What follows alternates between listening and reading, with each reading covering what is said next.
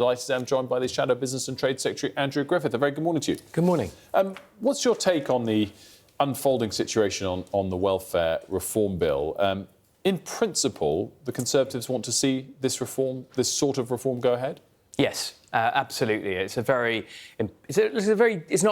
shouldn't be a Westminster bubble story. The need for Westminster reform, for welfare reform, if we're serious about growing the economy, reducing the burden of tax is incredibly important. Now, we've talked about the sort of reform that would work for us, that we would support, one that's fair to the taxpayers, so it actually reduces the bill rather than just stops it growing quite as quickly. Critically, one that gets more people back into work. That's the fair way to reduce welfare, is actually move people off welfare into work, particularly if you've got conditions around mental health, anxiety. Actually, the workplace, a supportive workplace, can be a really good place for you rather than being written off indefinitely to stay at home. Take us back a step if you can. Yeah. Why, in your assessment, has the welfare bill in total grown so much in the last 5 years? Well, the big increase is the change in definition as to what counts as a disability, from the sort of physical disabilities that people would once have associated with being disabled, getting that sort of support, to very real conditions that can be very debilitating, but around anxiety and mental health. And that we've seen that, and it's followed a very different trajectory to those in most other European countries. So we know we're doing something different. What we need to do is give more support, including the ability to try the world of work without the jeopardy to your benefits. But we also need to make sure that there's lots of jobs and employers ready to take people on. And it's not entirely unrelated to the level of the high level of low unskilled immigration we've had in this country as well, that people have been able to overlook people who are on welfare and go somewhere else to hire somebody. It's a very politically contentious, morally contentious issue, and clearly one that's very hard to address fundamentally and politically, as I guess the numbers would highlight in this problem, or the amount being spent on it growing during your government. Before we get into the detail, do you have sympathy with the challenge that Keir Starmer therefore has on getting something like this through? Not a great deal, if I'm honest, because the government has got a very big majority, and if they approach this in a thoughtful way, and remember, they didn't talk about this for the first 7 months of government. Rachel Reeves discovered she had a $7 billion hole in her forecasts, and all of a sudden, this particular form of welfare reform was top of the list. And so it's not the thoughtful, almost consensus building, focusing on getting people into employment reform that would be worthy of any government. And if they were doing that, as I say, they could attract much more cross-party support. So it is a bit rushed. It's a bit focusing on one or two individual measures rather than something a bit more holistic. And critically, Wilf, the government's own assessment says that this won't change the number of people going into work. So if that's one of the key tests of a good welfare reform, it's not just slicing money off welfare, the amount people receive, because some people, will end up the wrong side of that. The real reform that's structural is to get people into work, and this reform the government's proposing doesn't do that. I mean, clearly there's pressure from their own party to amend the bill that the government may or may not adhere to or resist in some way.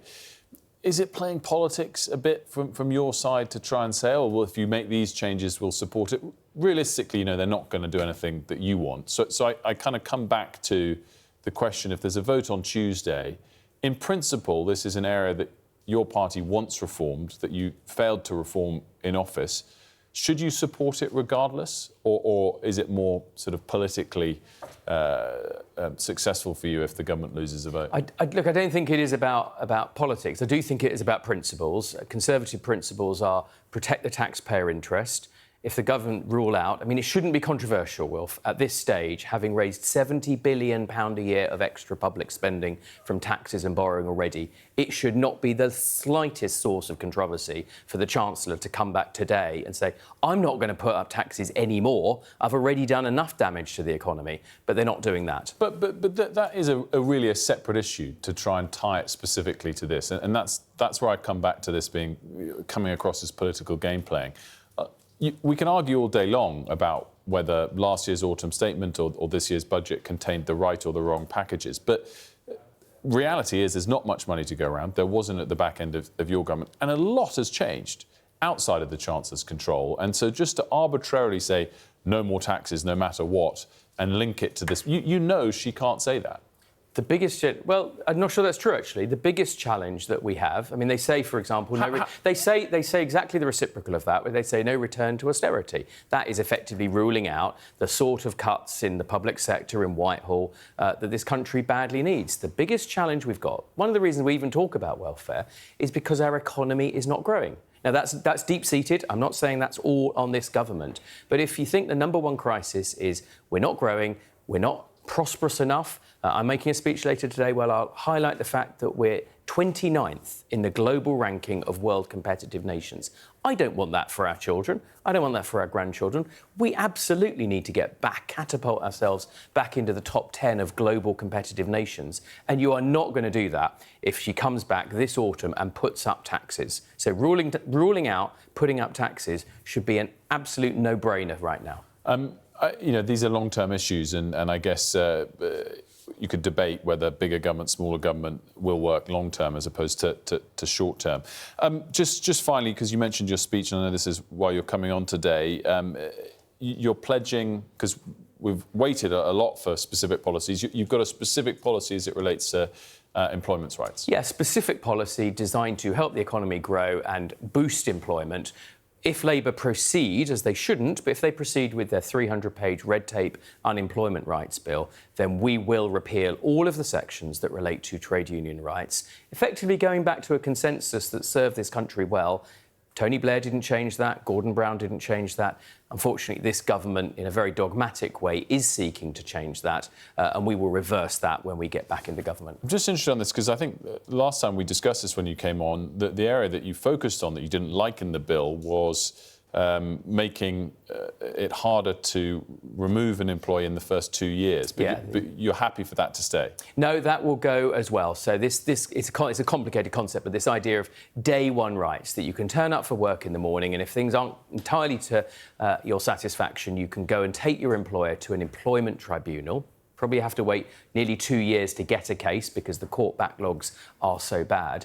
And that's very, very damaging to employers taking a chance. You know, when you apply for a job, you put in your resume, you maybe have 1 or 2 interviews, but essentially people are giving you a chance, and that's why we have those periods so that people can do a little bit of a test and learn with each other and find if that works.